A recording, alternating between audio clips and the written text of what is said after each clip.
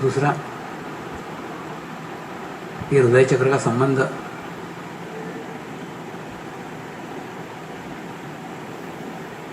आपके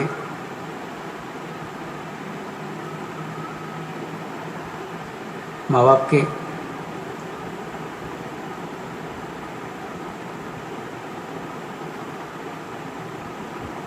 रिश्ते के साथ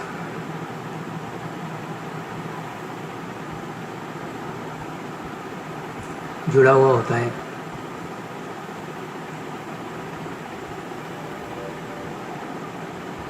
माँ बाप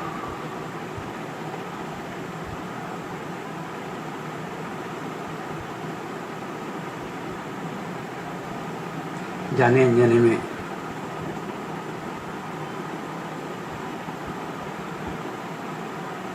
अपने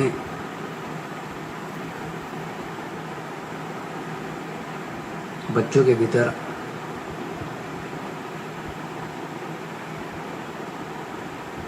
अपने दोष डालते रहते हैं और इस बात का एहसास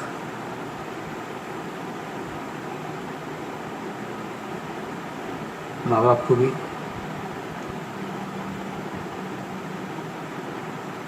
नहीं होता है। मैंने मेरे जीवन में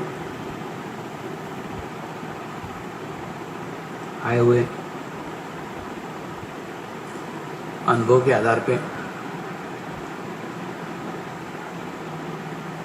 एक फार्मूला तैयार किया हुआ है। वो फार्मूला कितना सत्य है इसका परीक्षण आप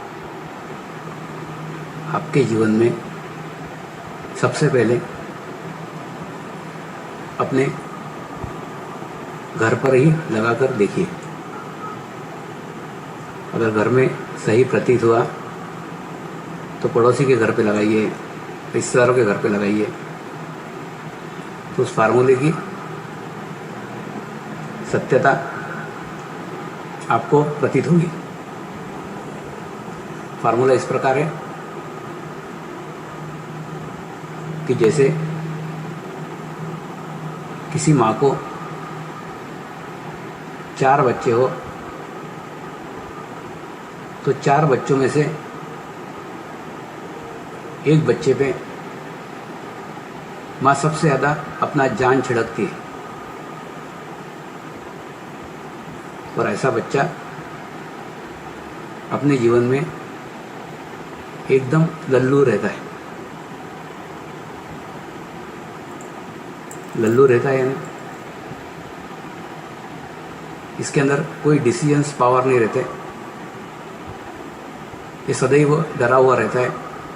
इसके सब भाइयों की प्रोग्रेस हो जाए, सब भाइयों की उन्नति हो जाए, लेकिन ये लड़के की उन्नति कभी नहीं हो सकती। और आज का ज़माना तो फैमिली प्लानिंग का ज़माना है। तो 4 लड़के में से एक लड़का लल्लू नहीं, एक ही लड़का रहता है, वो लल्लू ही रहता है। माँ दिन भर वो लड़के के बारे में विचार करते रहती है, दिन भर वो लड़के के बारे में सोचती रहती है। शुरू से शुरुआत होती है सवेरे से ही, मेरे लल्लू को दूध दिया क्या, लल्लू लल्लू लल्लू लल्लू, दिन भर लल्लू लल्लू करते रहेगी। दिन भर उसी बच्चे के बारे में विचार करते रहेगी, उसी बच्चे के बारे में सोचते रहेगी और धीरे धीरे ये बच्चा खुद लल्लू हो जाता है। इसके अंदर कई दुर्गुण आ जाते हैं। दुर्गुण इसलिए आते हैं कि बच्चे का हृदय चक्र पकड़ा जाता है, माँ का जो स्थान है तो स्थान पकड़ा जाता है। उसके कारण उसके अंदर कई दुर्गुण आते हैं। पहला दुर्गुण, इसके अंदर कोई डिसीजन पावर नहीं रहती। मतलब ये करना चाहिए कि वो करना चाहिए, ये करना चाहिए कि वो करना चाहिए, वो कोई डिसीजन नहीं ले पाता। उसके जीवन में अच्छे अच्छे चांस चले जाते हैं। दूसरा, ये लड़का सदैव वो भयभीत रहता है। उसको पूछो काय का डर लग रहा है, तो पता नहीं, डर लग रहा है, डर लग रहा है, डर लग रहा है, मतलब सदैव डरा हुआ, भयभीत रहता है, डरा हुआ रहता है। और तीसरा, जब भी उसको पूछो सदैव नकारात्मक रहता है। परीक्षा का फॉर्म भरेगा, फेल तो होने ही वाला हूं, काय को भरा फॉर्म, मतलब सदैव जीवन को देखने का दृष्टिकोण नकारात्मक ही रहता है। और कई माओ को मैं समझाता हूं कि बार बार उस बच्चे में चित्त डाल डाल के तुमने तुम्हारे चक्रों के दोष उस बच्चे में डाल दिए हैं। तो बच्चा खुद अपने कुछ दोष लेके पैदा हुआ है और कुछ दोष आपने उसके अंदर डाल दिए, और ऐसा होकर के वो लड़का एकदम कचरे का डब्बा हो गया है। तुम्हारे भी दोष उसके अंदर आ गए, बच्चे के भी दोष उसके अंदर आ गए। उसके कारण उसके जीवन में कभी सफल नहीं होता, क्योंकि हृदय चक्र ही पकड़ा हुआ है। और ऐसे जीवन पर्यंत माँ उस बच्चे के अंदर अपना जी लगाए हुए रहती है। और जब बच्चा बड़ा होता है, शादी करता है, और शादी करने के बाद में उसकी पत्नी उसको विदेश लेके चली जाती है, तो माँ के जीवन में खालीपन जग जाता है। अब क्या करें, जिंदगी पूरी वो लल्लू के पीछे लगा दी, अब लल्लू ही चला गया, अब क्या करें, कोई धंधा ही नहीं रहेगा बाकी। तो पूरा अटेंशन, पूरा ध्यान उस बच्चे पे लगा करके माँ उस बच्चे का सत्यानाश करती है। तो कई बार मैं माँओं को समझाता हूँ, क्यों उसका सत्यानाश कर रहे हो, क्यों उसको खराब कर रहे हो, क्या कर रहे हैं स्वामी जी, माँ हूँ ना। अरे माँ है तो क्या उसका सत्यानाश करेगी क्या? उसका विचार करके, उसके सोच सोच करके, उसके बारे में टेंशन कर करके सारे अपना बुरा एनर्जी उस बच्चे में डाल देते हैं। उसके कारण बच्चे की स्थिति खराब हो जाती है। इसलिए आवश्यक है आप माँ का जो कर्तव्य है उस कर्तव्य करो।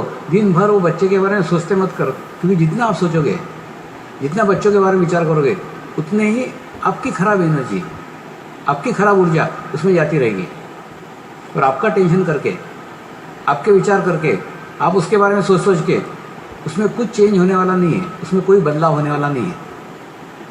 कई बार वो बच्चे की परीक्षा रहती है, उस परीक्षा के समय माँ भी उसके बारे में सोच रही है, बाप भी उसके बारे में सोच रहा है, खूब टेंशन कर रहे हैं माँ बाप दोनों।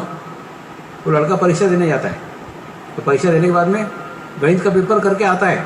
आने के बाद में आप उसको पूछते हो, ये गणित किया क्या, नहीं किया, ये आता है क्या? उसको सब गणित आते रहते हैं, लेकिन वो करके नहीं आता। क्यों नहीं किया? नहीं किया। अब क्या होगी, पेपर देने तुम जाओगे क्या वहाँ? पेपर तो आफ्टर ऑल उसी को देने का है। तो तुम कितना भी प्रेशराइज करो, कितना भी करो, तो करना उसी को है। तुम उसके अंदर ज़्यादा टेंशन निर्माण करोगे तो वो इम्बेलेंस हो जाएगा, और इम्बेलेंस होने के बाद में वो वहाँ कार्य करेगा नहीं। उसको कितना आता है उसको कोई मायना नहीं है, मायना है वो कितना कार्य करता है। तो आवश्यक है वो वहाँ कार्य करे, अन्यथा उसको अच्छे मार्क्स नहीं मिलेंगे।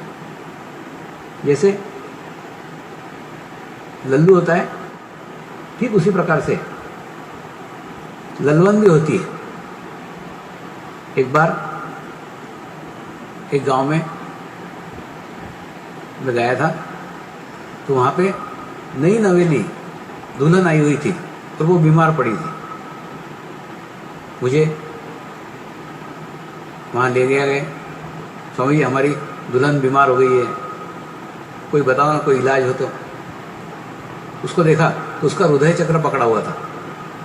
मैंने वो दुल्हन को एक सलाह दी, एक काम कर, पोस्ट कार्ड ला, और पोस्ट कार्ड के ऊपर सिर्फ इतना ही लिख, माँ मैं मेरे ससुराल में बहुत खुश हूँ, तू मेरी चिंता मत कर। ऐसा लिख लिख करके तू तेरे माँ को पोस्ट कार्ड डाल, तू पोस्ट कार्ड डाल के तो ठीक हो जाएगी।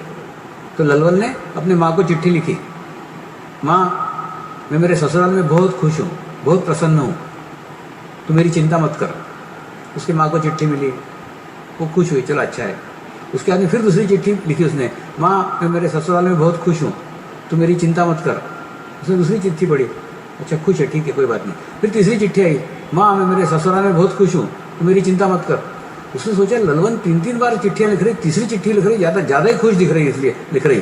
तो उसने माँ ने वो लड़की का चिंता करना छोड़ दिया, दूसरे लड़की के बारे में चित्त डाला। जैसे दूसरे लड़की की तरफ चित्त डाला, ललवन ठीक हो गई।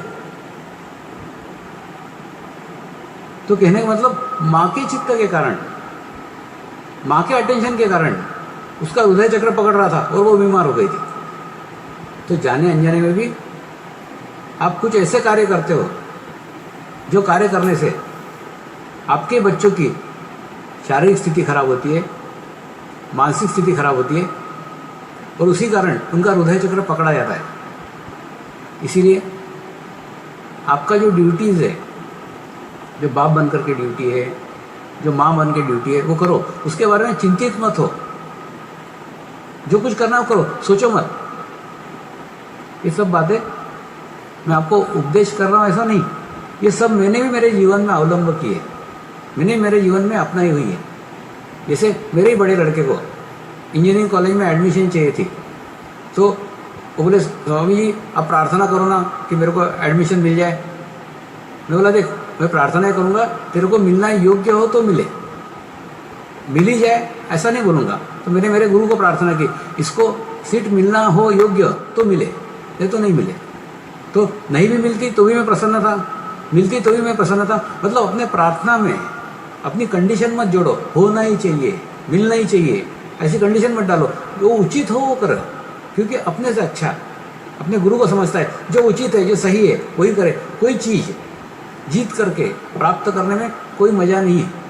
बाद में वो लड़के को एडमिशन मिल गई और एडमिशन मिलने के बाद में फिर वो टेंशन करने लग गया, स्वामी जी अब मैं, पिताजी अब मैं पास होगा कि नहीं होगा। मैंने कि तेरा बाप पास होगा, नहीं तो तेरे को एडमिशन ही नहीं मिलती। सीधा तो बात था।